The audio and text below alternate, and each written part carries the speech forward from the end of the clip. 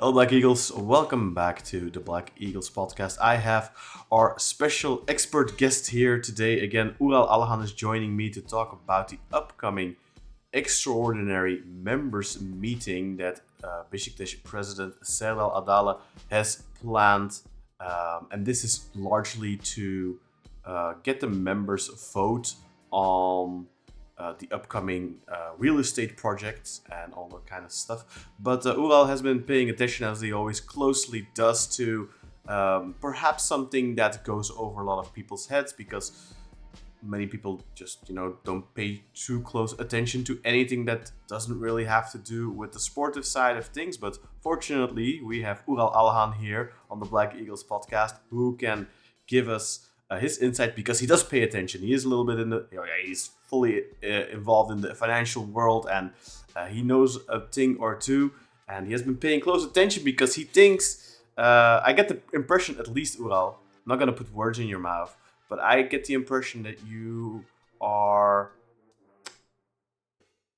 seem to think that Serdal Adalı is kind of trying to pull a fast one on the Beşiktaş members, at least, we should say.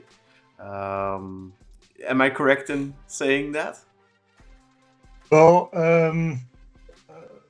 I think so. But maybe it's also good to maybe if I give some more explanation, also to anyone listening and watching, of course, to make that conclusion. So let's see at the end of this episode if you still have that same conclusion, because there's also a lot of unclarity, misinformation. So that doesn't mean that that I have proof, or that I can prove that he wants to pull a fast one. Mm-hmm. But I think this is something that we really need to pay close attention. It's not a subject that is very attractive, or that many fans look into, want to know about, because it's quite legal, financial, etc. So a lot of stuff, the bylaws, usually that doesn't attract a lot of attention from people. But I think this one, and that's why I also sort of reached out. I said, okay, Kaan, we need to discuss this. This one is important because it could be quite detrimental for the future state of the club. And the way that this has been done and set up, I don't think this is the way it should be. It should be done. And I'm here to hopefully all explain it and hopefully clarify this little bit of legal matter, or difficult matter, so to say. Hopefully I can do that today. Hopefully, and I thank you for reaching out and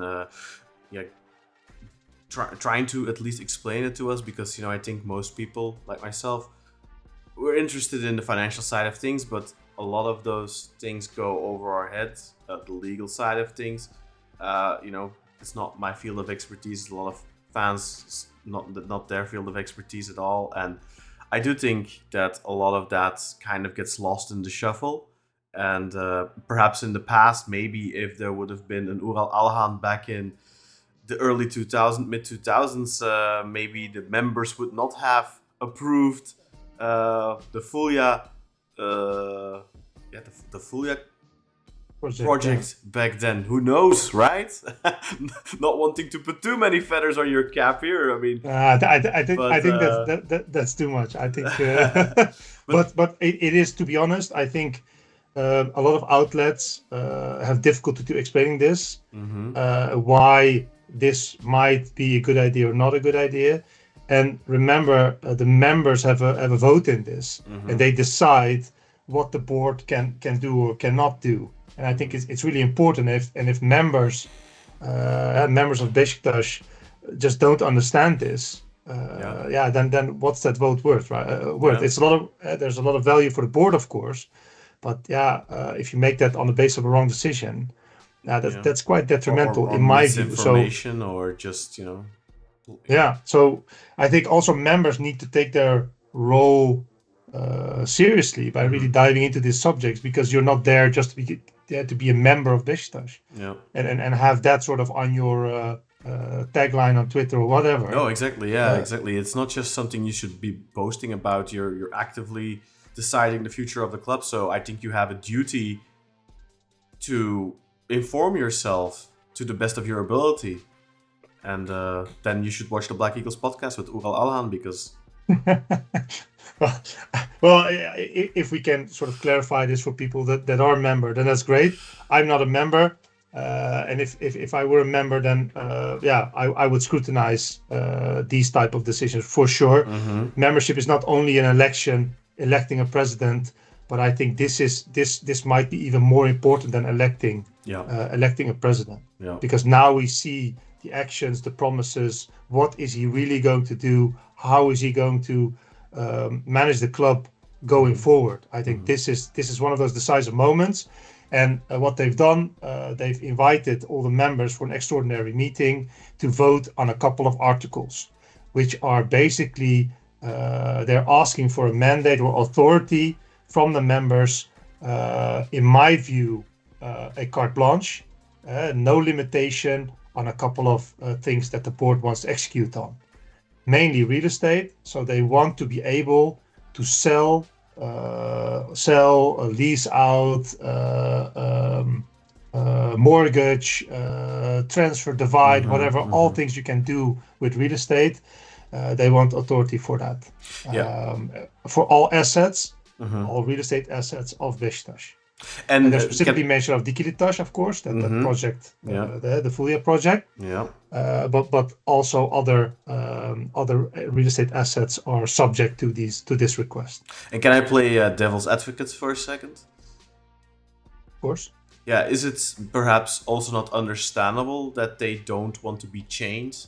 Because if every minor and major decision regarding the club's current real estate, but also its future real estate projects needs to be voted on, isn't that going to significantly delay potential projects and stuff like that? So I looking at it from their perspective, without too much context yet, if I were a voting member and I would see this as their reasoning, I would be, yeah, that makes sense. I guess, you don't want to have to hold an extraordinary meeting every couple of weeks to approve this or approve that. So, you want to be able to, because this is necessary, and this is definitely the picture painted, is that we need to act now for the future of the club. We don't have time to waste. We don't have a second to lose. This is literally one of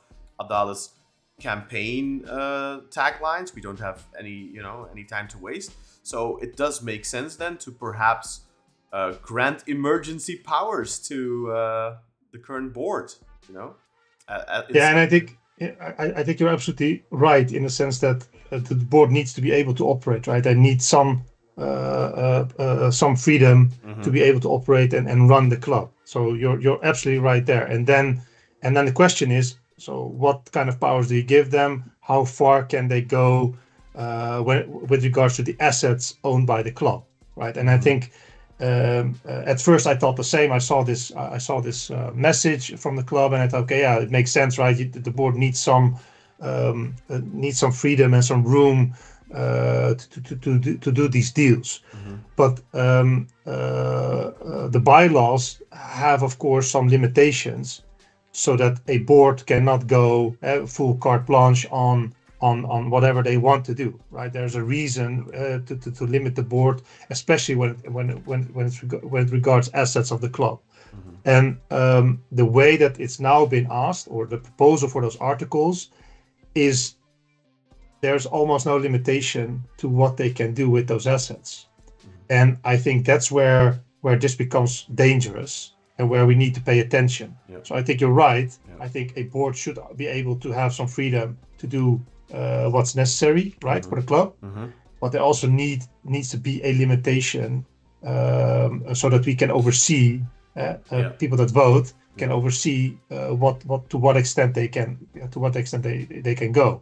And based on the articles, there's a lot of information missing on what they're actually going to do with that power. So we are basically, so they have the keys to the house, but now they also want the title deed of the house, and they're telling us, well, they're telling the members, they're telling, well, we have the keys, of course, but we also need the title deed, and we want to do with the title deed whatever we deem fit. within a certain frames, or selling it, etc. So had to make proceeds for the club. So in theory, they could sell that house because they have the deed. So exactly what they could do, and I'm not saying they're going to do this, but they could sell Akatlar without needing the approval of the Congress members. They could sell Nesatimir without the approval of the Congress members. They could. I know we are leasing the land to the stadium, to Tupra Stadium, so it's not technically ours. I think we're leasing it for, what is it? I think the lease gets automatically renewed after every 49 years or something. But in theory, they could sell the rights to that lease.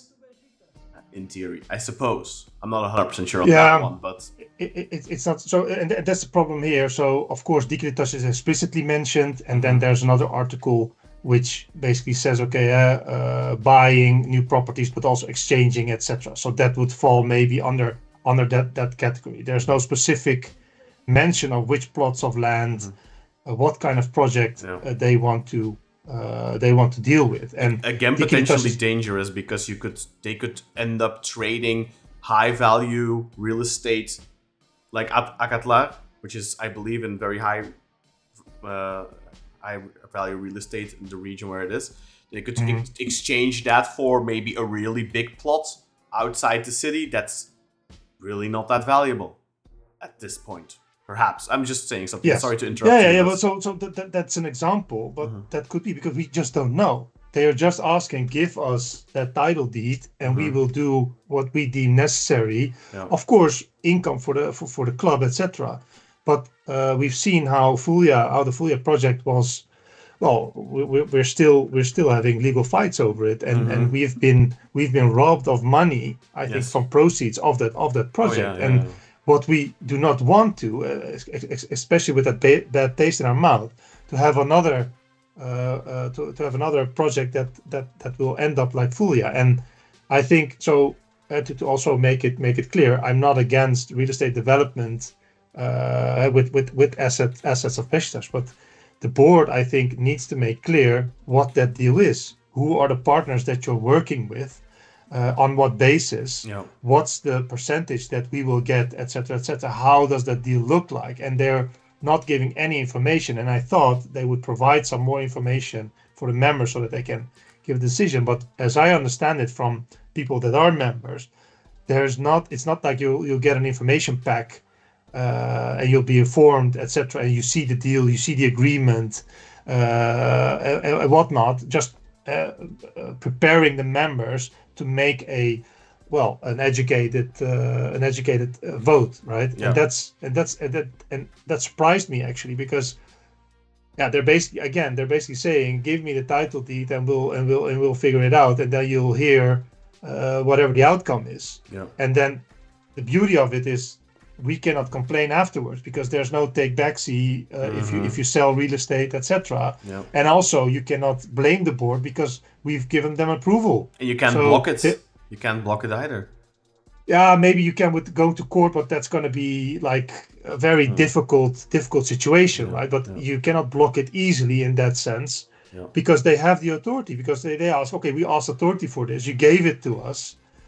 Because there's also no limitation in that authority, right? It also doesn't say if it's only for this board. It says that it's for the board. So also for boards to come in the future. So why would we want to take a decision? That seems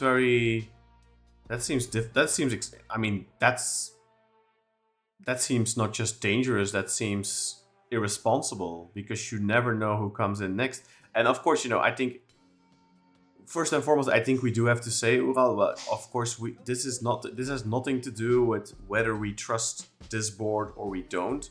But I think it's very important for Beşiktaş members, especially, to learn from the past. Beşiktaş as a company, as a property, has been taken severe advantage of in the past with, as you mentioned, the Fulia project.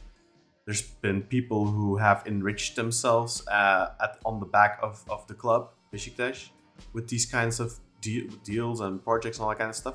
So history teaches us that all the things that they're trying to sell you, you shouldn't just take it at face value. You need to scrutinize. Very important. And I think it is very difficult for Beşiktaş members, for Beşiktaş fans, in general, people who genuinely want the best for the club. I think it is very difficult for us to trust anyone because we've gotten burned so many times. We've only gotten burned, essentially. Even, somebody who in recent, since Süleyman Seba, probably the greatest president was Fikret Orman, but even Fikret Orman has, clouds of, there's stuff hanging around him that make people question, was he on the up and up, right? So it's very dangerous. And you're essentially, with something like this, you are asking the members not just to trust you, because if you get voted in, that is, essentially that means, okay, you are the one that the members trust the most. Not necessarily do they trust you, because they only have a limited choice. But you're not just asking for their trust, you're asking for their unconditional trust, essentially, right? That's actually exactly correct. And I wonder on what basis, because the current board is there 6 months. What did they show? What kind of promises were kept? That we can say, you know what, we trust them. They will do the right thing. And again, this is not, because I think you've put it correct. This is not sort of saying, okay, I don't trust this person in the board, or I don't trust this board specifically. It's about the concept of giving any board, it doesn't matter if it's Adalı or anyone else, giving any board this type of authority over the assets of the club. That's the whole thing. It's not about, I don't like him, or I don't think he has a good plan, he will not do it. It might be that this board has wants to do the greatest things and wants to do the best thing for the club, right? But that doesn't mean that we should then say, you know what, here's a title deed and go do whatever you want, because they don't have shown that they're capable of it yet, right? That's one. They don't have the trust. And secondly, I think we need to be clever as club and give some limitations to it. We need more information, because even if you look at the Fulya project, things that went bad, it wasn't per se deliberate or fraud or whatever. It could have been that at the time they also wanted to do the right thing, but that doesn't mean you can trust the counterparties or the partners that you're working with. Right? Because I think we were also screwed by the developer at the time. That doesn't mean that Demirel knew everything that the developer was going to do and how they were going to screw us, etc. So you also need to be careful who those partners are that you're doing this deal with, right? So if you don't give any information on it, they said they signed a protocol with Emlak Konut, which is this government is like 50% owned by TOKİ, which is a government housing organization. It's not mentioned in these articles. So that would be one limitation, because everybody would say, okay, Emlak Konut is a known project. It's basically run by the ministry, etc. That would give some insight in your partners that you're working with. But now what they propose is give us that authority, and it might be that they will go with another developer, right? We just don't know, and that also doesn't give me the confidence that it will end up the way that they've said so. And I understand they want more freedom. They say maybe, okay, we can't make that deal with Emlak Konut, then we'll go with another real estate developer. And would this also impact, for example, one of the things that was criticized heavily from the Arad time was that they did with the tenders, they didn't really do tenders. They just gave it to whoever they liked. Would this also impact that? Would they perhaps not have to take responsibility, or how should I put it? Maybe would they not have to show or prove that they sent out tenders and that they went with, perhaps not the cheapest, but like the best option, stuff like that? Would this impact that at all? Yeah, well, it's not mentioned. There's no mention of tenders at all. I don't know if this is necessary for these type of deals. It looks like it's not necessary. Otherwise, they would have. They need to go public with a tender, and they would need to make it known. And that's the That's the interesting thing about it. So if it's up to them who they make a deal with, then you get that whole gray area. Who do they know? Why did they go? Why did you explicitly choose for this party, right? Yeah, and look at this new the new board. Almost, I think three new board members. I think they all have a background in construction. I mean, to me, that would imply, okay, these people are going to be involved with their companies in these projects. And I'm not saying there's anything wrong with that. You know, you want people with the right know-how to be part of real estate projects, because you don't want to get screwed again by contractors, and perhaps and we can only hope that people who are on the board of the club have, want the best for the club. And when I see, names like Erdal Tornados's brother Aykut, I don't have any real doubts with that, because I know both him and his brother have been involved in the club and are real Beşiktaş fans. I know them a little bit, not personally, but I have some interactions at least, and I believe that they have the best intentions, but you don't buy anything with good intentions or with the best intentions, No, and to be honest, it doesn't. These are complicated contracts. It doesn't work like that. These are complicated contracts. You need to look at the level of detail. So professionals need to work on this, and for the club, especially for members, this is undoable, right? You cannot sort of present a contract and say, okay, this is what we're going to do. So maybe you need to go with some sort of a auditor or commission, or a commission of professionals that can say, oh, you know what, we've looked at 3 offers. This is indeed the offer that the board wants to go with is indeed the best offer that you can go with. This is according to market standards, etc., etc. You need somebody to scrutinize it like that, and then sort of make a simplified version, I think, for the members, because I also understand you cannot go that deep, because then it's undoable. You will never get a project off the ground if you go to that extent. But this, to me, again, I think it's too broad. I think it's too open. They're talking about transferring ownership of the land to the ministry, because that plot of land they're talking about, that's next to Fulja, is large parts owned by us, and there are some parcels that's owned by the ministry. So they need to make that to make that project work. You need that land of the ministry as well. So what they want to acquire it, or want to do sort of a joint venture to have that land as well. And they're literally talking about transferring our land to the ministry and then sort of develop the project. But why are we transferring our land? That's a red flag. Right? Why can't we just, as partners, go into this and then sort of have that project go get the permits, etc., etc.? What's the reason? We need that explanation why it's needed to transfer our titles before we can get that project off the ground. To me, it doesn't make sense, especially not without an explanation. But that's what's asked in one of those articles. Yeah. And if we go further, because that's about land project, the way the meeting is set up or planned, there are 2 dates. And at first I thought, okay, there's sort of a reserve date, but the way they've planned it is that on the 15th there's a venue that can hold 3,500 people. We have, I think, more than 30,000 members at the moment. I don't know the exact number, but I'm not sure about the number, but I mean, the last big election, I mean, not obviously the recent one, the turnout was small, but like the Hüseyin Yücel Serdal Adalı election had more than 13,000 members turn up. Yeah, so we have specifically. So let's say if all members would show up, you're not going to fit in that room. And also, this is not an election where you just vote on a piece of paper and you put it in a ballot box.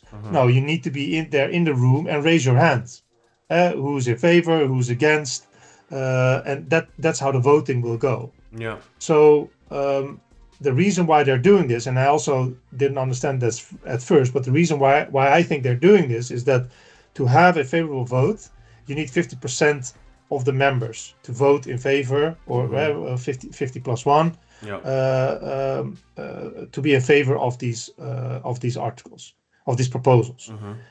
If on the first meeting more than 50% of the members do not vote in favor, you go to a second meeting, and during that second meeting, half of the people present, if 50 plus 1 of the people present vote in favor, you have your approval. So in the first meeting, what will happen is that whatever the vote will be, they won't get the approval because you do not have your 30,000 members there that can vote on these proposals. Yeah. So they will automatically move to the second meeting. Yeah, on the 22nd you mentioned, I think. Yes, exactly. And then even if there are 100 people, if 51 people vote in favor, it will be passed. You already have your votes. Yeah. And that's, I think, if I can say so, very sneaky to get this thing, which is in itself not very popular because people don't understand. So I think not many people will show up anyway. I think that historically, that might be the case. Yeah, and to play devil's advocate again for a second there, you're looking at it from, okay, that's sneaky, but to play devil's advocate, to them it's like, okay, this is not something like a presidential election. Most of the members aren't really interested in this. They aren't going to show up for it. A room with 3,500 capacity is probably more than adequate for what the actual turnout will be. I think if they get 3,000 people, that'll be a lot. Could be, yeah. Yeah, so that's maybe their logic. That's devil's advocate here. So they're like, yeah, okay, we don't need to do this in a bigger venue. We don't need to rent a 30,000. 30,000 people. And obviously, I don't know exactly how many members we have either, but nowhere near 50% of the members aren't going to show up. So you're never going to be able to get 50% of the votes. You're probably lucky if like 10% of the members show up. And that's why this exists, right? So this rule of a second meeting. So I understand the concept because you need to have, at a certain point, need an approval and move on. Yeah. But with such a big subject, without pre-information, it feels rushed. Yeah. We just had elections, we just had meetings, and now this all of a sudden popped up, not pre-announced. Yeah. To me, it really looks okay. You know what? We don't want the headache. Let's get this approval quickly, and so that we can move on. And that doesn't sit right with me, to be honest, because this is a huge decision over the existing assets of the club. If they would add assets, nobody would have cared, and they would have not have to go through this. The reason why you're going through this, and this is an important vote, is that it's regarding the assets of the club. And that's what sort of I think very dangerous here if people don't pay attention. And that doesn't mean that they don't want to do the right thing, but I think at the moment information is lacking to make a good decision on this. Yeah, it's not on this project side. Yeah, it's not what you're saying at all, but there is this potential for some serious malpractice, or how should I put it? There's the potential here for people with bad intentions to do really bad things. We all hope that this board, all of these people, have the right intentions, that they want the best for the club. I think Serdal Adalı, whether you are pro or not, I do think he wants the best for the club. He's been involved in the club for so long. You cannot. I mean, it's hard to imagine that he doesn't, but it doesn't mean he doesn't want to. You scratch my back, I scratch yours. He doesn't want to get his own benefits from it. That's possible. And again, like I said this in the past, I don't care if these people make money on the club. If they promise 200 million and they deliver on that, I don't really care how much money they put in their own pockets, as long as that 200 million is there. But the question is 200 million the right amount that we are entitled to, or can it also be 300? Why is it not 300? Yeah. And those details are missing in this plan, in this proposal, and that's what I'm concerned about. And again, with the Fully experience, it's rightfully so that people have these big question marks, and we should be asking those questions. And I understand this is sort of very practical and the easiest way, but you need to earn the trust. You need to show the people in a transparent way this is what we want to do. This is our master plan. Yeah. If you agree or not. And if we don't agree, he can take his conclusions. That's fine. But to be honest, it's been elections. It's been a promise that he could not deliver on, which was the real estate project not owned by Beşiktaş, between the airport and the city. He could not deliver on it. Within a month, it's already off the table. Then he thought, oh yeah, crap! I need to go to the capital increase because I need money. That was a fiasco, as you've put in the title of the previous video. And now they're rushing with this. Oh yeah, by the way, so they're looking into the assets of the club. Oh yeah, that's where we can get some money. We don't have to do this project, but this president and this board, they can only make money from that. So that's they see only this as a solution. Yes. That doesn't mean that there are other solutions that we have to do this, but this is their only solution. So I think, for me, it also feels that Adalı is a little bit with his back to the wall, because I don't think he has another solution. His biggest real estate project failed, or it's not fruit or not coming off the ground. Maybe in the future, we don't know. Then the capital increase failed, so he needs a source of money, and that's why I think he is now fully gambling on this, or focusing on this to get this done. But again, it's all with the assets, because the capital increase was also with the assets of the club. It's again with the assets of playing with the assets of the club. And that doesn't sit well with me if you look at the campaign, the election campaign at the time. If I can give you a couple of more explanations about the articles. So that one was on real estate project, but there's also requests to deal with lessees and tenants of Beşiktaş Plaza. He wants to have an approval or an authority to sign a contract for more than 10 years for Beşiktaş Plaza. Yeah. Okay. So the question is, why do we want to have such a long-term contract? While we just heard last year, while we heard Hasan Arat say, listen, these contracts are not good.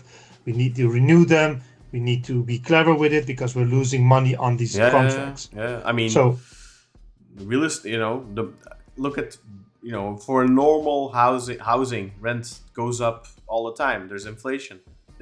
I would not, I would not want the assets of the club to be signed over for 25 years, for example, because what is a good price today, in 10 years' time, probably won't be a good price. Of course. And in 25 and there are mechanisms for that. Yeah, right? Of course. There are mechanisms to solve that. But the point is, they can rent now. At the moment, they can sign contracts for below 10 years. They have that authority. There's no problem.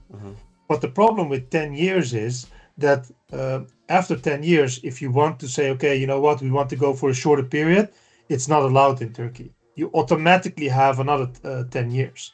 After 10 years, you cannot kick out a renter, even the end of the rental project. You cannot kick them out easily. So you will be most probably stuck with a lessee in that property. If you do a 5-year contract, after 5 years, you can get a contract renewal and make a completely new price. That's sort of now the rental laws in Turkey. But if you do that with 10-year contracts, it's not allowed. You cannot renew it that way. So you do not have those tools which you have now below 10 years. So here again, the question rises, what's the need to do a long-term contract longer than 10 years? Why not go for 5? Why not go for 8? Whatever. Why do you need to go above 10 years for such an asset? And that could also potentially put in the future another board offside because they can't do anything anymore. So this to me, okay, I didn't know anything about this going in. So to me, my alarm bells are already going off. Like this is but this is like this is Ahmet Nuh Çebi 2.0 trying to get friends of his into high price real estate on the cheap and essentially saying, if we have another Hasan Arat down the road, make it impossible for him to say, "Hey, what is going on here? These people are paying dimes on the dollar rent. We're gonna kick them out. You're making it impossible." That is that's what my alarm bells are saying. I'm not saying that's what's going on, but this smells fishy. You're locking the future boards with such a long-term period, right? And then also they want to register those contracts in the land registry. And what that does is that if you want to, let's say you want to sell that property, you will sell it at a lower price because the buyer needs to adhere to that rental agreement. So if that's not the case now, why do they want to have the possibility to inscribe that rental agreement in the land registry, right? Because with an let's say we need an emergency sale of an asset, you will yield less money because there's a lessee in it. Because you're devaluing the assets. Exactly. Yeah. So to me, a lot of details are missing. I just don't understand why he wants a 10+ year period for Beşiktaş Plaza. Also, a bit of a rumor, which they did not announce, is that one of the subsidiaries or companies of a board member has got the task or an agreement to go to be a collection agency for the rent of Beşiktaş. Now, this was not announced. There was no tender, as far as we know. So why was this given to a company of one of the board members that is now, as we understand, this was done 1 month ago, that's now sort of chasing renters to pay money, etc., and sort of even good renters, as I understand, this is a rumor, but even good renters to sort of chase them out of that property and perhaps renew it with new lessees. I don't know the too much detail of it, but it doesn't. If this is true, right? They did not announce this, and that there's a company of one of the board members involved. Yeah, then you have that. How do you say that again? That relation becomes muddled, right? And their intentions become muddled again, which is not nice. Well. Yeah. I love you. I think this is great what you do, but every time I talk to you, I get depressed, bro. Yeah, it's well. I'm not even finished yet because we also have the gas station, if you remember. And what they want to do now is they want to rent that out for. They want to agree on a contract for 15 years. 15 or 50? 15. 15. Okay. Yeah. So we had huge problems with getting normal rent of that gas station. Yeah. Which is a huge asset. Yeah. For the club. Yeah. And now they want 15 years. And the thing is, there was a judge, an old judge spoke about this. He dealt with this case. Yeah. And he's also a Beşiktaş fan. Yeah. So that was quite interesting. And he explained that at the time when Fulya was being built and you had that gas station, they rented out part of Fulya project for a hospital, Acıbadem. And Acıbadem paid Demirören 6 million euros to get that place. But the rule with the gas station is... Paid Demirören or paid the club? Yeah, sorry, the club. It was under Demirören's tenure, so that's why. Okay. I feel like that needed clarification. No, okay. No. And the thing is with gas stations is that, according to Turkish law, there cannot be hospitals or schools or parks in the proximity of a gas station. So there needs to be some sort of distance between those two. Explosion risks and exactly, stuff like danger. That. Yeah. And there are tanks submerged, of course, of the gas station below the ground. Obviously. And they found out that it was too close to that hospital. And then the hospital said, rightfully so, okay, we want to cancel this agreement and we want our money back because we cannot exploit the hospital here unless these underground tanks move a couple of meters or whatever. And then apparently Demirören said, he allegedly he already spent that money on some particular Portuguese transfers. Yeah, exactly. On Ali Güneş, Mehmet Yozgatlı, all those Fenerbahçe boys. Yeah, could be. And then, so he needed to solve this because he could not repay that hospital. So he asked those tenants or the lessees of the gas station to move those underground tanks. They said that's fine, but then our rent goes down significantly, and we're not paying the club any sort of serious money anymore. And that's how it came to be that we sort of, since Fulia, we haven't received any serious rent for that property. And now he wants to extend, or he wants to have an agreement with that same company for another 15 years. But not for the same conditions, I assume. But it's not mentioned. So why these people have, well, with the help of Demerara, screwed us out of a lot of money, right? That sounds like incompetence, not. Well, I mean, I'm not saying it's Mel. No, I'm not saying it's bad will or anything, but he could have also opted to go for a different solution, right? And the club fought legally long time about this. A lot of topics. Also, the gas station. These guys also started cases against the club. It has a very long history. I don't want to sort of bore you with it, but it's quite an interesting history, and also how we came to this point. What was the result of the court case? Who won?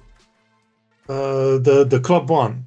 So because they wanted additional permits to build something on there, etc., etc. So eventually the club won, but it went up until the ministry, even the president, because these guys apparently have ties to sort of sort this out. But it was quite a bad. Quite a bad deal, and even the judge said that his career was sort of ruined by all of this. Okay. So yeah, quite an impactful history, to be honest. So did they end up having to pay normal rent then again? No, because that was what Arad said last year. He said we're going to sit down with them and try to get some normal rent from them. So I think the agreement is up for renewal. So it needs to be renegotiated. But I would want to know, this gas station is in the middle of I think they said this is one of the most valuable gas stations of the country. Of Istanbul, of the country, Of the country. So then we need to know, what are the financial details? Why are we tying ourselves for 15 years to them? I mean, if obviously, again, devil's advocate, assuming they want the best for the club, they're going to get normal rent, normal market value rent for it, given its location, obviously. So the market, I mean, sure. And then 15 years, okay. I understand that a gas station isn't going to want to deal in a 3-year or a 5-year contract. I understand that. They want, assurances. They don't want to have, I mean, at the end of the day, if they're going to start paying some serious rent again, even though they've been sitting there for essentially free for 20 years, then I understand that they want a long-term deal. I understand that, but yeah, and again, we need some more explanation. So I'm not against it per se, but with this history of sort of a bad deal, etc., wrong choices. And also, but you're saying that these people behind this company have such strong ties going up the ladders, and who's to say they don't have really strong ties to certain people within the current boards? And that I don't know, to be honest. But, of course, pure speculation, but long arms reach far. That's why would we? So it's just a 1-2 sentence request. They're just saying, give us authorization to extend this contract with 15 years. Okay, there's nothing else in it, and that's okay. But that's too easy to ask for. I would, if I was the club, I would not want to deal with these people anymore. I would go and that's another thing. Give it to another company. I would say no. We don't even wanna negotiate with you. So why do we want to deal again? Why do we want to deal with this people? And that also sort of ties to the whole Asciola thing in Fulia, because they also want to settle with them.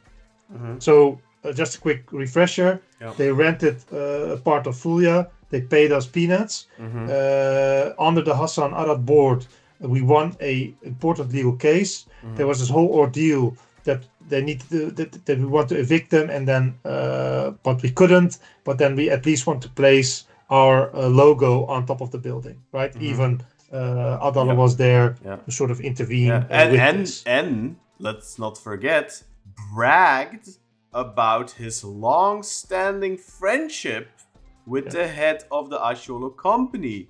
So here we know, out of the horse's mouth, that he does have ties to these people. So please do continue, Mr. Alahan. Yeah, and surprise, surprise, all of a sudden he wants to settle. While our head of legal at the time, Miss Alten said, we won this case, we will win, we will get them out, and they will need to pay us. So without understanding the legal details, because there might be reason to settle, but then we need to understand the legal details, or at least some sort of law firm should at least say, you know what, you should go for a settlement or not. Maybe that has taken place. We just don't know. But why would you want to settle with these people if there is if they lose, if they are dead in the water, if they're gonna lose? Why would you settle for less? Why would you settle for less? If you're gonna end up getting, I'm just gonna put a number out there, 10 million euros. Why would you settle for 3? Yeah, you would want to settle if, let's say, the chances are 50-50 or below that, right? Yeah, there's a risk, it's going to take long, etc., etc. Of course. But the way that I understand this case is that chances are great that Beşiktaş will win. So I think our chances are bigger than 50%. And if it's bigger than 50%, then the question comes, after battling for more than 13 years, why would you want to settle at this point? Because these guys have acted like real douchebags against the club. So why would we want to settle with them? And why is he not giving those details and just asking, okay, just give me the authority to sign the settlement agreement? Why are Beşiktaş in bed with so many companies that clearly have some sort of ill will toward the club? Why are we dealing with these people? They're abusing not having the right knowledge, not having the professional people within the club. We do not have a real estate company with professionals that deals with these things. We should have a subsidiary real estate company, our own company with our own people, professionals that deal with these real estate things. Because everybody comes in, it's just too much, I think, for board members, etc., to deal with these things and just not understanding the risks entailed with this. And these guys, these lessees and these other real estate companies, they exactly know what to do and maximize that opportunity. And then based on a good relationship, they make these deals, but we always lose, right? The club always loses out on these deals. So again, how could you then easily ask, just give me the authority, I will make sure that this will be all right? Can you imagine Can you imagine having one of the most prime locations for a gas station in the entire country, and for 20 years, give or take, they've essentially been operating on land they do not own for essentially free, making bank, getting ridiculously rich, and it's crazy. Just to move some tanks, and don't get me wrong. I'm sure that's expensive to move those tanks, but it's not 15 or 20 years worth of rent expensive. No, that definitely not. And I think the club would have been better out than to pay it for themselves. Imagine that. I think it's currently OPET. I think they paid a significant amount to be the brand or the gas station, to operate that gas station. So it's not even these guys that lease it, that operate the gas station. They have a deal with the OPET or Shell or whatever to sort of exploit that. Not exploit. I forgot the word. Exploiteren. Exploiteren, exploit, that gas station. So they also earn money because they also get rent from them, etc. So it's a very lucrative deal for them. So I can't imagine that moving those two submerged tanks is that much is that much cost. But anyway, I can imagine it costs a couple of €100,000. I can imagine that, because we're talking, I assume, gigantic tanks. I assume there's that is not gonna be cheap, but it's But again, it's clear that we're losing, and we lost a lot of money there, and also with all the other real estate, with renting it out, etc. Then I think the last topic is the pledge of shares. So they also asked to pledge the shares of the club, well, basically of the association, if need be. But there's no mention of what for what need they want to use it. So it doesn't seem that it's not mentioned why they need it. And how they want to go about this. What does that mean, pledge shares? Yeah, so the association owns club in our share, right? In Beşiktaş, so we have 70% of the shares now. Correct. Those shares represent the value, of course. It's now one share is 1.78, I think. So we've gone down quite a bit, but that represents a value. So these shares can be brought in as collateral. So let's say you want to buy a house, or you have a house and you want to lend against it. Then you give a mortgage to the lender and say, you know what, if I cannot repay my loan, then you'll have my mortgage as collateral in case I cannot repay. So that's what that pledge of shares can be used for. So meaning either they want to offer it to a lender, they want to loan against it, fund real estate projects. We just don't know. They just asked, we want to pledge these shares as collateral. But the risk of this is, you can say, okay, makes sense, it could be, why not, etc.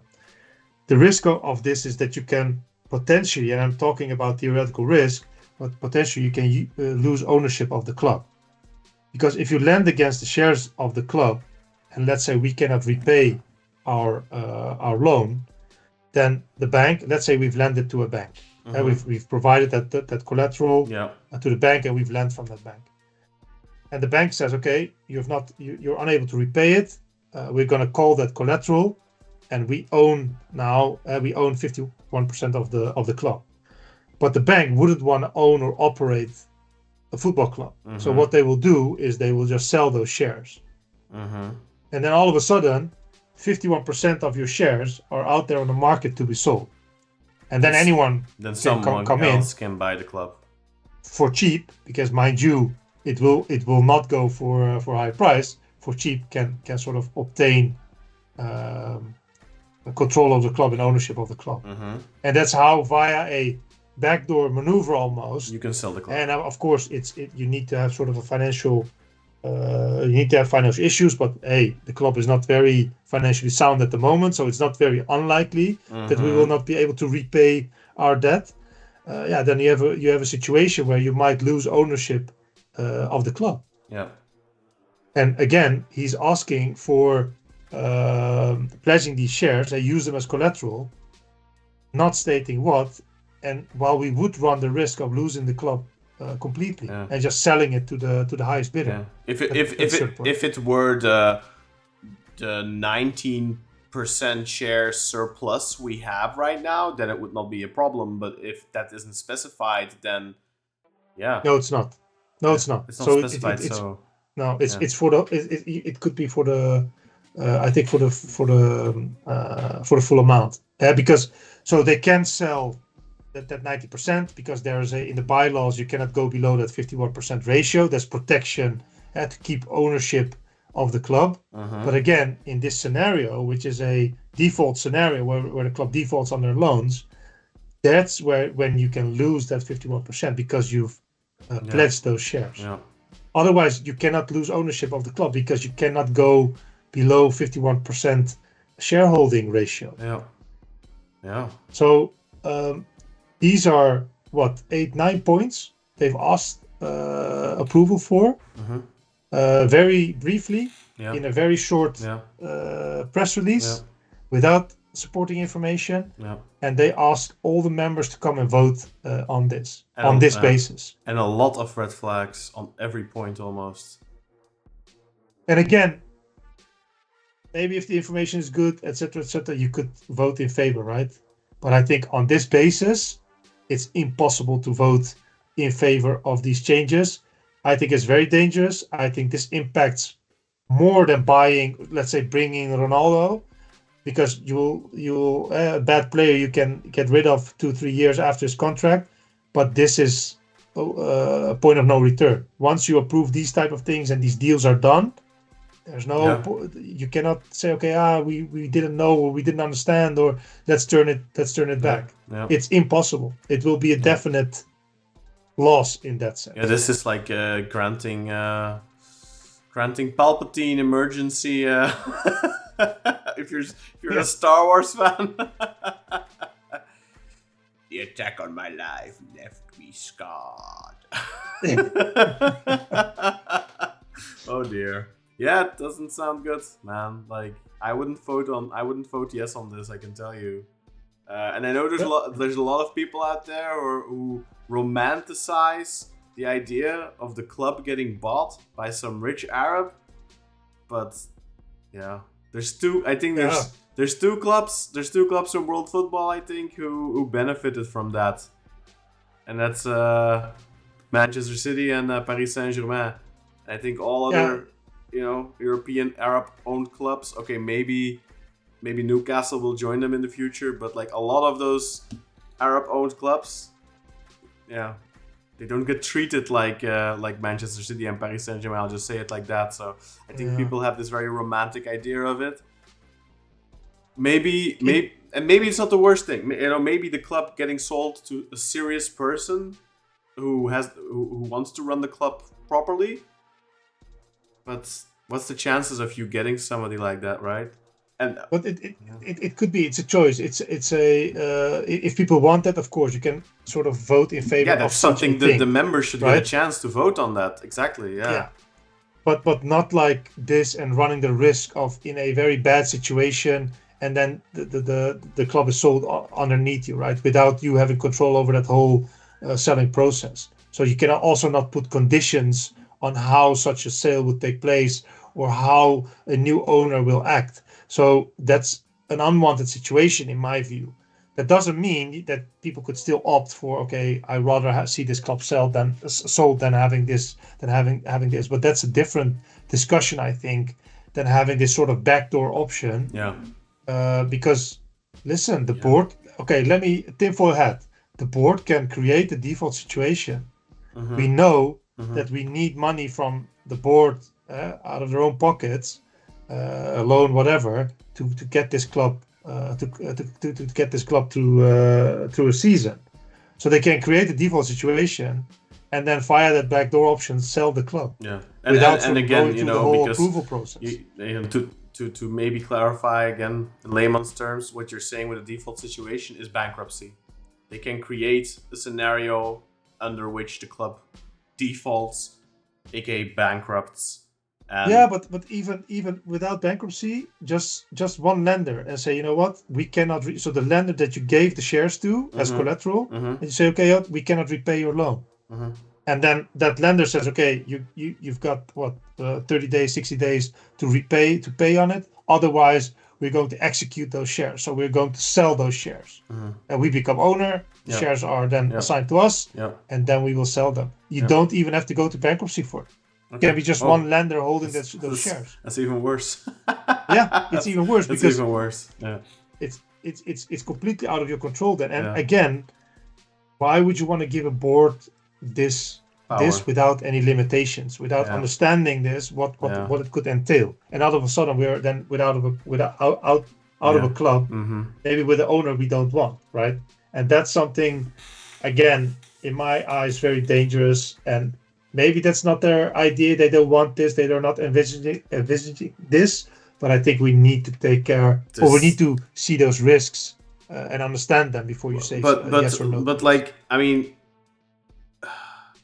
I find it difficult to suspend our disbelief here, because why would you want this final point we're talking about? Why would you want that? If you say, okay, it's just for the 19% surplus we have in stock, no problem. But if you're gonna do it on the entire 70% that you still own, why would you want that? Why would you want to run that risk? That makes no sense. Makes no sense. And that's why I think this is not all thought of by Adalı himself. Right? I don't believe it's just too much for one person to all those steps they've taken. Of course, he's part of the discussion and he approved it, etc. That's all fine. But this is not all brought up or thought of by himself. These are his advisors, other people in the board that are saying, okay, we need to take this step, and you need to. I don't think he knows all of the nitty gritty of these things.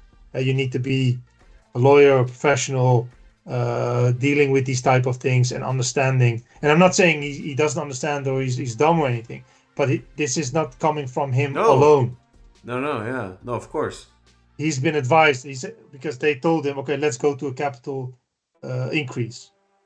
They just told, they advised him, of course, and then they discussed it and approved it, etc. Yeah. And I think the same thing now. They say, okay, we need authority, we need to agree and be have our hands free to sign these agreements and take the next step. And it makes sense, right? Because he wants to take a next step instead of having these financial struggles. But that doesn't mean, again, it is the full extent of all the risks known, and why isn't it not mentioned to a certain extent? Because I can understand you cannot tell the members everything, but this is very limited to ask such a big and you're asking, like you said, carte blanche, but you're not just asking carte blanche to, okay, the club really needs money, let's sell some of our assets. For example, Akatlar, the selling of Akatlar has been mentioned in the past by Serdal Adalı, I believe. That is something the club could do to get out under the blank union loan. And a lot more. I assume that real estate is worth quite a pretty penny. So you could just do that. I'm not saying do it. I'm not saying I don't want the club to sell a big asset, but that is still, if the club is in such deep problems, they can go and they can sell a prime location like that they do own, and that would probably fix a lot of issues. So why do you even need to have this option in there where you have the ability to put up the shares of the club as collateral for potentially a loan or whatever? Like I feel like we haven't come to that point yet. Like we have so many better options still, because unless I'm mistaken here, you could also circumvent like all the stuff that the club owns, right? Let's say it's worth, I'm just gonna put a number out there. Let's say it's worth 400 million euros. But if those shares, whatever they get put up for, default, and the bank takes the shares, decides to sell them, and they sell for 50 million, then are you not buying 400 million worth of goods for 50 million? Of course. Yeah, so... but that's the thing of putting things up as collateral, etc. There's that risk, of course, that you will lose out. You will not even maybe repay your loans. But if you lose, let's say you put up Akatlar as collateral, or you put up Nefsat Demir as collateral, or you put up Omania, whatever. If you put up like a real estate that the club has, if you put that up as collateral for something and you lose that, okay, then it's gone. But not everything. But the potential here with these shares is that everything is suddenly gone. You're not just putting the shares of the club up for collateral. You're essentially putting everything the club owns up for collateral. Yeah, correct. So you're absolutely right. You lose all of those assets because you own the company, and so the buyer of those shares will own the company and all those assets, unless its part is owned by the association. So I don't know the deviation of those assets eventually, because the shares are only in AŞ, but you will own Beşiktaş AŞ and whatever, and all of the assets of Beşiktaş AŞ. So it might be that some assets are under the association. I don't know. I don't know that how it's divided within the club, but that's definitely a risk. So very cheaply, let's say all the assets are within AŞ, your scenario, then pretty cheap you can get a lot of value out of it, and then you can even run down the club, sort of not even continue the club, right? Because a buyer would be interested to liquidate all of those assets. Just buy the shares, liquidate all the assets, and close the club. That's also a scenario in that case, because the bank just want to sell it. They're not going to be think, okay, who's the best buyer and who's going to bring Beşiktaş to the Champions League as new owner. Where are you going to put money in it or not? No, there could be a vulture buyer saying, hey, this is a good deal. I'll buy all these shares. I'm then the owner of the club. I'll just shut the club. I'm not interested in the club. I just want the real estate. I just want to sell all that, because Beşiktaş do have. And for example, we just talked about this before. The stadium, that is a very, very prime location. Beşiktaş does not technically own that location, but it does have an automatically extending agreement with the government, lease with the government, essentially until we are long gone and dead, and our children are long gone and dead, and their children in principle. So that prime location could be the club's until the club is like 300 years old or 400 years old or whatever, when we are long gone. And that also has value. That lease has value, because imagine what you could build there. You can tear that stadium down and you could put, that is what of course. Beşiktaş, and that in particular the stadium is located in one of the most valuable places in the country. So like Beşiktaş are like, we always say, okay, the club is in a bad place financially, but the club does own, or does, again, they don't particularly own the stadium, but they own the stadium but not the land, whatever. But the club is worth a lot if you think about it. Because, I fully agree. Look at Dikilitaj, where Fulya is. They're talking about 15,000 square meters to be built, and that could be depending on the value per square meter, I guess. But also the number of floors you can build there, right? So the high rise, etc. It could potentially amount up to 80,000 square meters built. It's a huge project in one of the prime locations in the city. It's unattainable for any project developer, and Beşiktaş has the keys to that project and to build something there. Any real estate developer, I think their mouths are watering to get in there and get, because where in a big city like Istanbul can you get a piece of land in the city center, 15,000 square meter plot of land with a potential 80,000 square meter of built area. It's huge. I can't even fathom how much money we're talking about. It's like hundreds of millions, I would imagine. Yeah, it's hundreds of millions. That's the calculation which I mentioned in the shorting report, sort of on the back of an envelope. You can make that calculation. So it's feasible to get $200 million out of it. But I was also thinking, it's such a unique proposition.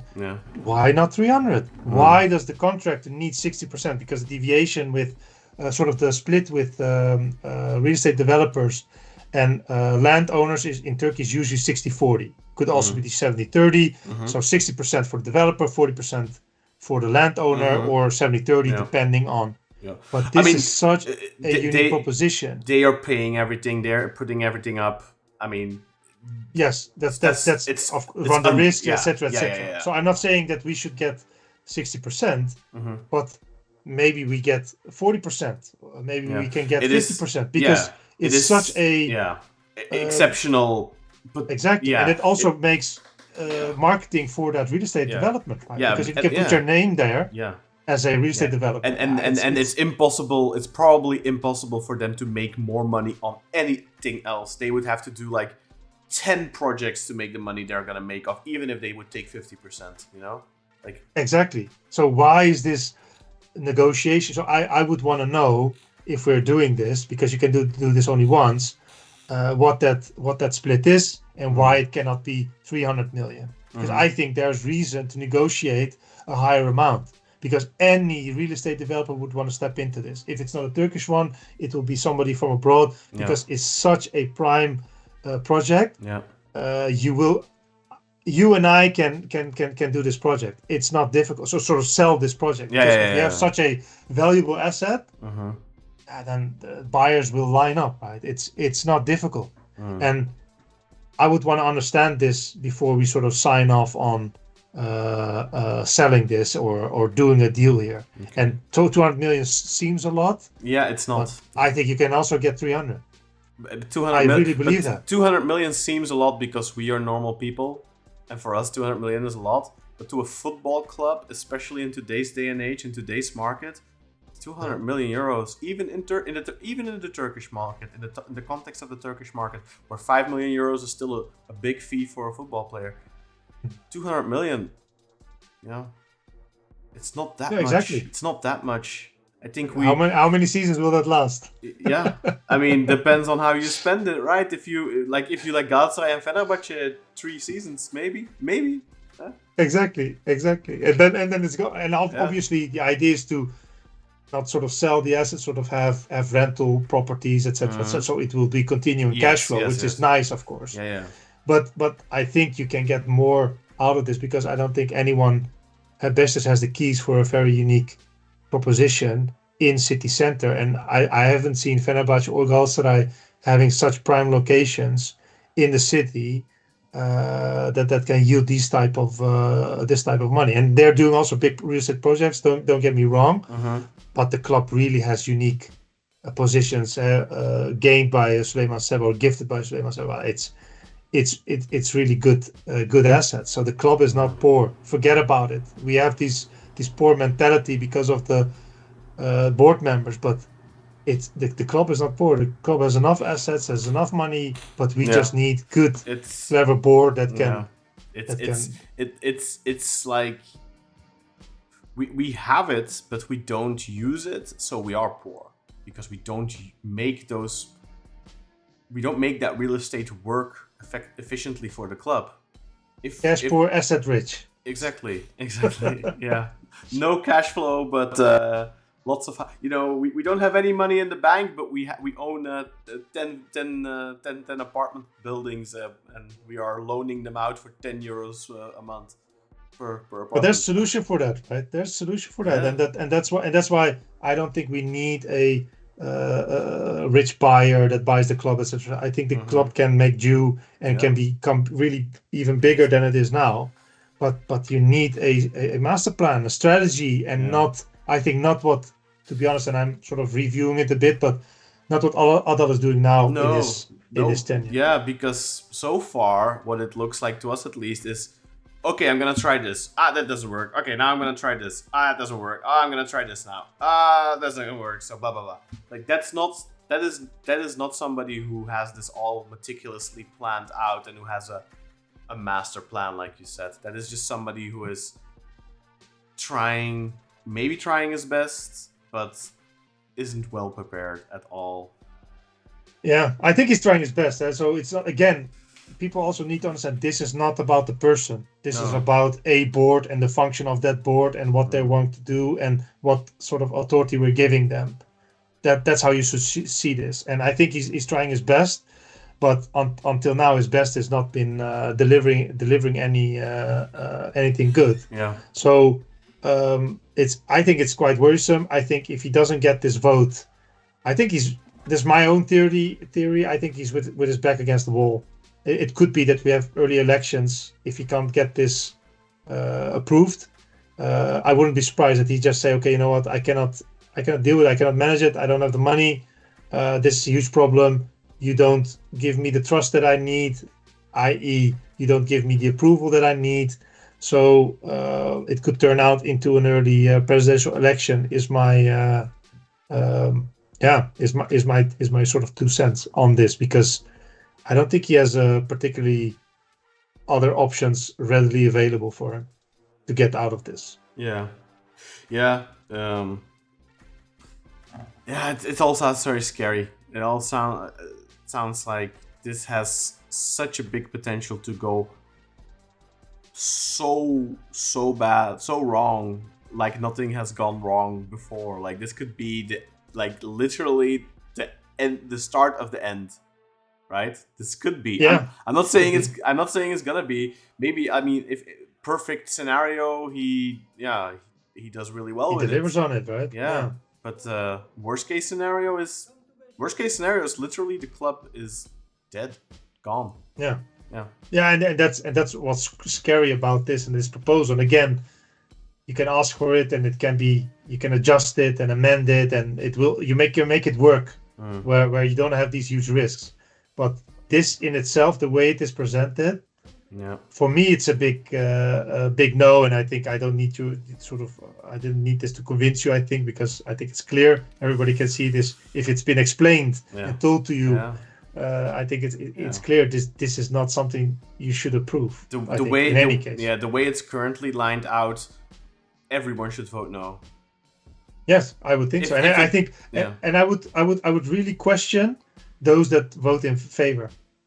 I would really question that. Either those who are in favor blindly trust Adalı, did not do their research, or have bad intentions. Exactly. It's one of I those would question three. Exactly. One of those three. Yeah. Or I mean, I guess option 4 is don't blindly trust him, but I don't see another way out. But I think if you're that would imply you did your research, and then I think you should know there's other options the club has still. Because recently, I think Adalı said we don't have many options left or something along those lines, but that's not true. The club does have options left. They could sell their assets. That could bring in a lot of money. Yeah. Or another president with another idea to bring in that money and repay our debt, right? Because this isn't the only idea to get out of that debt, but he now sort of makes it because he doesn't have the ability. We can only do this via our own assets. He's been hyper focused since day one on real estate. It has to be fixed by real estate. It's the only way we can fix this. Hüseyin Yücel had a different plan. I'm not saying it would have worked, but he had a different plan. And he was willing to put up his own assets as collateral, not the club's. He was willing to put up his own money. At least that's what he said. I'm not saying that if he would have gotten elected, he would have done that. I think he would have, because I think that's the type of person he is. That's how he comes across to me. I'm not saying he's this. I'm not saying he. I just think that he's the type of person who puffs out his chest, but then also does what he says. You know, I'm not saying would have been the best president or anything like that, but I do think he would have actually gone through with that and put up his own money. And I think so too. And obviously, he would also want to look into sort of real estate projects, because he also talked about Akatlar, etc. He talked about that as well. But for him, it wasn't like, he didn't frame it as this is the only way. And for Adalı, it's been like real estate or bust since day one. Yeah, you remember his first picture in office was with the president of the Ministry of what was it, Forestry and Land, to talk about this other project between Istanbul, so it was the airport and the city. There was this day one visit. It's so obvious what is indeed what his focus is. But you know, I really hope they find a way and sort of have a solution for this. I'm not very charmed about these real estate projects, but I understand that if he doesn't have anything, we voted for it, well, not we, I didn't vote for him, but people voted for him, so you get what you choose, and he said it's going to be real estate, and I don't have anything else to offer. Then obviously that's what I mean. I believe that's what he does with his companies as well, right? Like Adalı Holding, I believe, are in construction and real estate and stuff like that. So correct. So I mean, I understand why that's his focus. And if you look at Hüseyin Yücel, like he and his family made their money a very different way. You know, he has a bunch of casinos in Bulgaria. Hüseyin Yücel. His father owns the Bahçeşehir College, and then a bunch of schools abroad as well. I believe in the UK they have a school, and maybe in the US, but I'm not 100% sure. So they made their fortune that way, a very different way than Adalı made his. the UCL fortune is significantly bigger.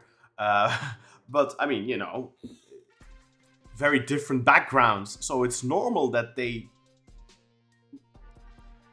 look at things differently and they look to tackle a problem in a different way. That is normal, I think. And Adalı's way is real estate, and I understand that's that for him that he's focused on that. That's his wheelhouse. But so far, it's not. Obviously, we're only 6 months in, and real estate projects sometimes take a very long time to get off the ground. Yeah, for sure. So, I mean, I don't think we can say, he has failed. No, I mean, he couldn't have. No, that's too soon. It's way too soon. But no, I agree with that. But for some reason, we always end up with these real estate guys, and our history since the 2000 has been with these particular guys that haven't added. Let's be honest, because people need to realize this. They haven't added anything to the club. Yeah. No asset. No. Right? Maybe they have championship. They won championships. That's all fine. They brought in the players that people wanted. That's all fine. But not single one of them have added serious assets. That's not true. That's not true. Fikret Orman built the stadium. Yes, which is, to be honest, I think he pulled a really sort of a Houdini act there. Yeah. To being able to put that there and almost against sort of limited cost for the club. Yeah. Yeah. So we have to give him credit for that. Of course. No, of course. And so let's Devalue and Ahmet Nurçevi and also now Adalı. Yeah. They are all the same type, and they go after the same things. They haven't, and none of those three at the moment have added anything to the club asset-wise. They only added debt. They haven't added value. Exactly. Yeah. They've only drained the coffers, not spiced them. And at least Orman, you can say, undoubtedly he made mistakes, but he has, in a way, ensured the future of the club by getting that stadium built, because that stadium is bringing in a lot of money for the club. Yeah, for sure. And again, I think it was a good deal because the sponsor paid the bulk of the cost. Yeah, and I think it was really good also in a very difficult period with getting permits and things like that. 100%. So I think he really did. He did good. So a person like that would have more trust of the community or the members to say, okay, I want to do another sort of project because etc. Because I don't think there's much rumors or proof that he really gained from building this stadium for himself. No, I haven't heard anything about him personally. There's been, obviously people made fun of his trips to Mykonos and how he elevated his own standing and benefited from being the president of Beşiktaş. But I think that's fair game. If you enhance the club, then you deserve that, right? And of course, the tail end of his tenure as president, I believe, how long was he president? Between 7 years, right? So 7-year presidency, like the last 2 years of that were obviously, or maybe even 2.5 or 3, were really tainted, I think, by the club not being able to pay wages, players leaving the club prematurely because of that, some bad transfers as well. And obviously he left with a sour taste in our mouths because of that, but at the end of the day, I think what he did was still a net positive for the club. If you look at it from if you take a step back and look at the total picture. And I'm only looking from it from a financial standpoint, economic standpoint. Obviously, there's also a whole football standpoint of view on this, but I'm also only looking at this from this economical, financial standpoint of view. Even from that point of view, I think he is the only president since Süleyman Seba where you can take a step back like that and say that. Maybe Serdar Bilgili because his tenure was short enough, but even under his tenure, the club's debt went from 0 to something. And it's not like he added anything in terms of, like, at least you can say this for Demirören. When he started his tenure, he did renovate the stadium and expand its capacity. Because back then, if you remember, the UEFA said no more standing tribunes were not allowed anymore. So the capacity of Inonu went down from 40,000 to like 22,000. And he then expanded it to 32,000. with the renovations. Fair enough. So he did add something, I guess, but it's Demir, and I don't want to give him credit for anything. Yeah. And it's plus and minuses, of course, right? It's not all bad. It's not all bad intention, etc. That's not how this works, of course. But I think you really need to look at the whole pictures, all the pluses and minuses, and then you'll get that result anyway. So obviously, he did not all of things that also now all of us doing is bad, but you need to continuously keep paying attention and at least sort of be aware of what's happening and not complaining afterwards. And not afterwards complain about, hey, how the hell did this happen and why did we have such a shitty outcome? If you are a member and you vote yes and you were not informed, you did not watch this video or you didn't do your own research, then you have zero right to complain because you didn't do your due diligence. Also, zero right to vote. I think we need to change sort of the whole voting system, member system, but that's maybe for another day.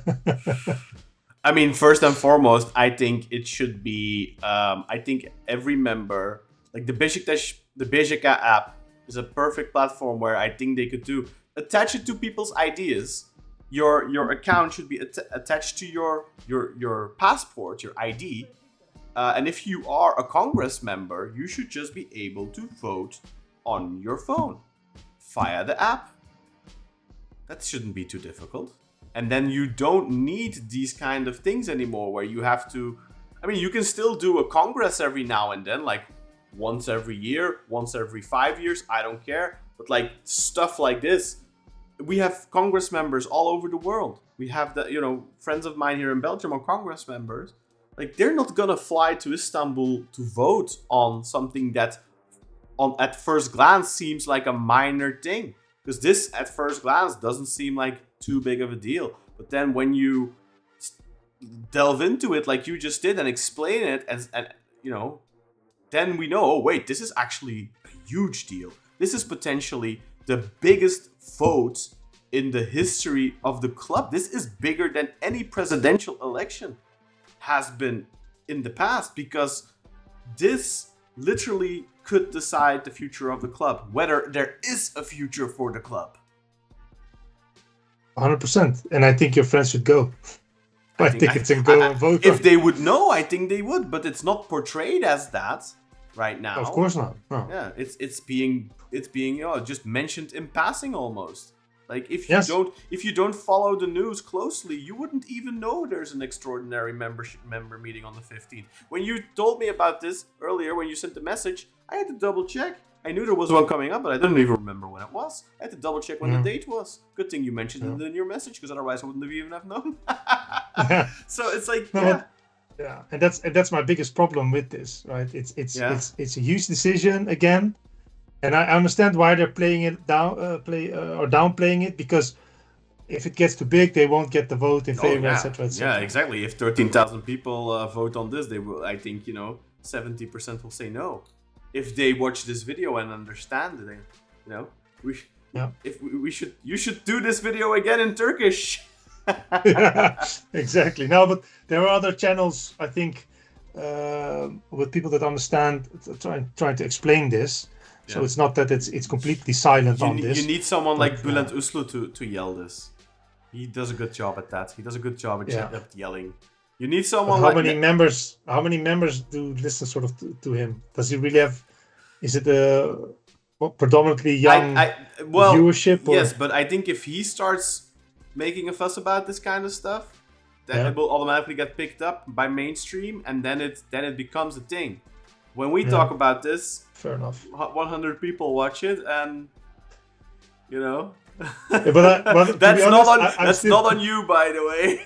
No, I understand. And the topic is also not very sexy, I understand. Yeah, well, but, I mean, we can put a sexy title on it. Congress vote to potentially decide future of the club coming up. I mean, which is I wouldn't even be lying. It wouldn't even be clickbait, because it is true. It's absolutely true, yeah. But to be honest, for what it's worth, I'm really happy that I got it off my chest, because I sort of, when I understood this and sort of it all sort of made sense in my mind. I thought, okay, I need to discuss it. I need to talk about this, because people really need to understand what's going on, right? Well, so I'm happy that I got it off my chest. I'm glad you took the time, Ural, to go into this, to find this out, because, just speaking for myself here, I would have never found out otherwise. And I think everyone who watches the Black Eagles podcast will feel the same. And unfortunately, our viewership is so small. It's a fraction of our fan base. But I hope that maybe somebody out there sees it, and maybe it can become a domino effect.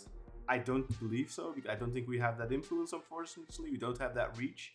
But let's make it our goal together at the Black Eagles podcast 5 years down the line. Let's hope that we can have a sort of impact like that and influence it a little bit, because I think it's very important. Because what we see right now as well, which I really think is unfortunate, you see so much people who have a big influence, have a big impact. They all have ties, and they all have, like, they're not out for the best of the club. Like, if you see these journalists like Firat Gunayer and Serjan Dikme and so on and so on and so on, like, Serjan is a Beşiktaş fan supposedly, but does he want the best for the club?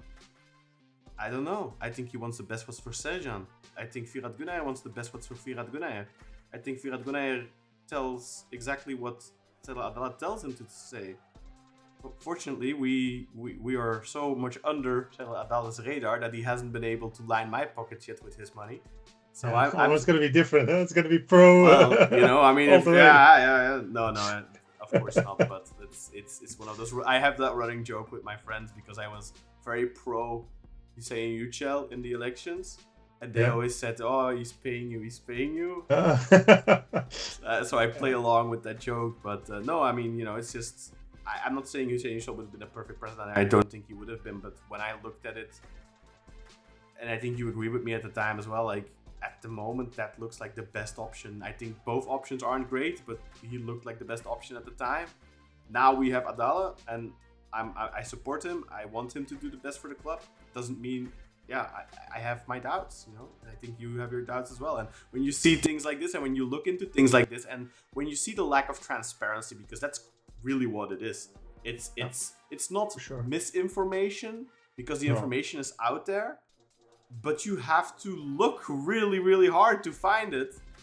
And understand it. And understand it more, because it's not explained. Exactly. Right? Because you can read these articles. Yeah. Maybe you've seen the tweet, you've read the articles, and you thought, yeah, okay, right, and you didn't think twice about it. But understanding this, look, we've been talking for quite a bit about like a handful of articles which were not big, like some are just 1 or 2 sentences, right? But look at the impact. Yeah. And understanding that's not, it's very difficult, and they're not transparent about this. Yeah, it's really, I think, coming out of this, I think this is the single biggest membership vote in the history of the club, potentially. I think so too, but it's not treated as such. No. And also, so the journalists that you mentioned, if this becomes a thing, they will mention it. Otherwise, I don't see them with their audience going through these articles, and not the way that we did, because that's maybe just too detailed and too. I understand, but just at least explain. Okay, this is what it means, guys. Yeah. Right. Yeah. You could do it objectively, but at least explain what it does. But they just don't, because also if you look at the capital increase, and again, this is not sort of tapping my own shoulder, but a lot of people just don't understand that whole what happened with the capital increase, and also the aftermath. Because I still hear a lot of people saying, "Yeah, the unsold shares went to the club, etc., etc." It is not the case, but you see there even people that understand other things very well and are professionals on other things. They are football journalists. They don't. It's like like myself. Like I would not understand it if you didn't explain it to me well. That's the problem. And I don't even think I can blame them for not understanding it themselves. I do, however, think they deserve blame for not finding an expert and getting that person to explain it to them like you explained it to us. I think that is their job, because they're journalists. And as a journalist, your job is not to know everything about a certain subject. Your job is to find the information. That's not what they're doing. And then present that, absolutely, and that's what's lacking. I think, because people are still talking about the wrong things, or the wrong explanation, so to say, which is harmful in the end. Because look what's happening now, and if this is not explained well, then we could be in for quite a ride. And again, I hope he does well. I hope he makes the right decisions. I hope he has the right people around him. He's advised by the right people.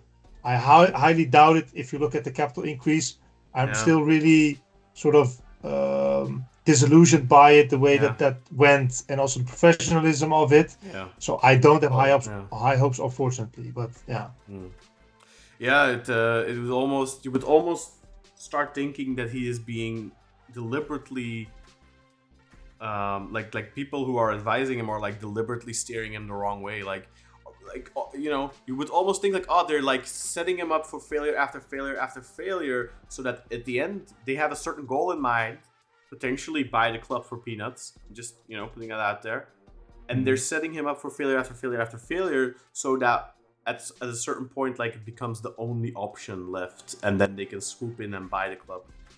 Yeah.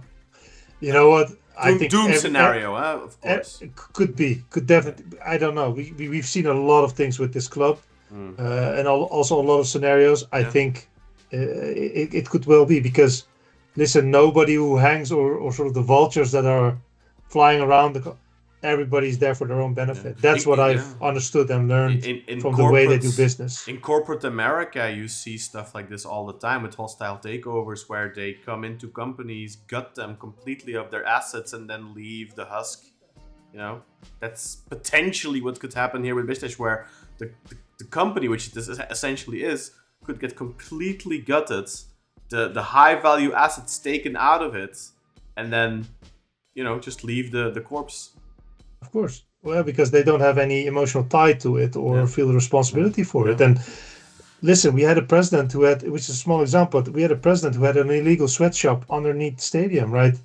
Like, it blows my mind, right? It goes to that granular level. I still don't quite understand what was going on there. Like, they were manufacturing. This is Ahmet Nurçebi, by the way, for those of you who don't know, because I know some of you are relatively new to the fandom and maybe missed all that. But Ahmet Nurçebi, not the previous, but the president before that, not so long ago, by the way, only 18 months ago. Before Hassan Arat. Yeah, 18 months ago, I guess. So, that president actually apparently ran a sweatshop underneath the stadium. There's apparently some sort of, real estate there, or a space there where they could operate a sweatshop where they literally manufactured fake football shirts, I kid you not, of Fenerbahçe, Galatasaray, and were they manufacturing Beşiktaş ones too? I don't know about that, actually, whether they were. I think so. Yeah, maybe. You would imagine. I know they were manufacturing fake merchandise of the rivals. If that was all, then you would be like, okay, actually, that's good. He's sabotaging the shirt sales of the rivals. Not a bad thing. But if you're also, I think they were also manufacturing Beşiktaş stuff. So then you're literally, I mean, I don't know if Ahmet Nurçebi was operating it. I guess he just loaned it. He rented it, I think, right, to the sweatshop. I think that's what it was. Yeah. I don't think he actually ran the sweatshop, because that. No, but I like that version better. That's the better version, yes. But still, can you imagine that Manchester United have like underneath their stadium, there's like some space where you can, office space or whatever, and Manchester United rent out this office space to people who manufacture fake Manchester United shirts to sell on the streets, at, around the stadium before the match. So hey, why would you go into the Manchester United fan shop there and pay 120 quid for a Manchester United shirt? I have them here for 10 quid or whatever, because that's almost literally what you have in this scenario, where you have a Beşiktaş president, Ahmet Nurçebi, who rented out a sweatshop to people who make fake shirts. And then those people go and they sell those fake shirts on the streets, or they sell them in little shops around Istanbul and Ankara and all that kind of stuff. So it's crazy. Some of these fakes are amazing, by the way. You can't even tell. Like, sometimes you look at them and you're like, am I looking at a real shirt? Like my brother is also a Beşiktaş fan, but you know, my dad, he doesn't pay 4,000 lira for a shirt, you know. Like when I was a kid, I was like, Dad, you have to get me the real stuff. So he had to go to Catalan. But my brother isn't that. No, he's not that. He doesn't. So he was wearing a shirt, and like he came back from summer vacation, and I was looking at his shirt. And I was like, something about the shirt isn't right. And then the sharpest eye, right? With the total collection. And then I started looking. Then I started looking at it closely. I was like, yeah, the Adidas logo is wrong, and that is wrong, and that is wrong. But at first glance, it looked like a real shirt. You wouldn't notice, okay. Yeah, it was this season's striped shirt, and it looked real, like at first glance. But then I started looking at details, and then I saw. But if it can almost fool you, then it's really good, right? Because otherwise, I don't think I would even notice that. I've bought stuff on eBay, received it, and then I was like, motherfucker, this is fake. Yeah, it happens sometimes, you know. Like, of course, you have to be careful. Yeah. Anyway, Ural, thank you very much for all this information. It's, I think, really valuable. I hope people will watch this and, hopefully get the little snowball rolling. But I doubt it. Yeah. But we can always hope. Let's see what happens on the 15th and the 22nd.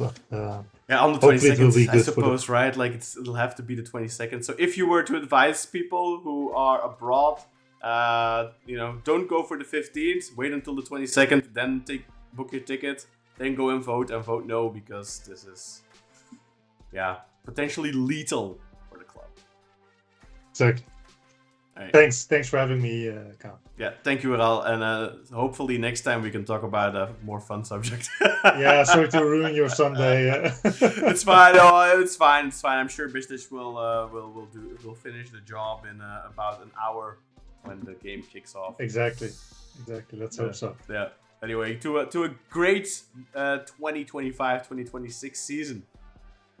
Inshallah.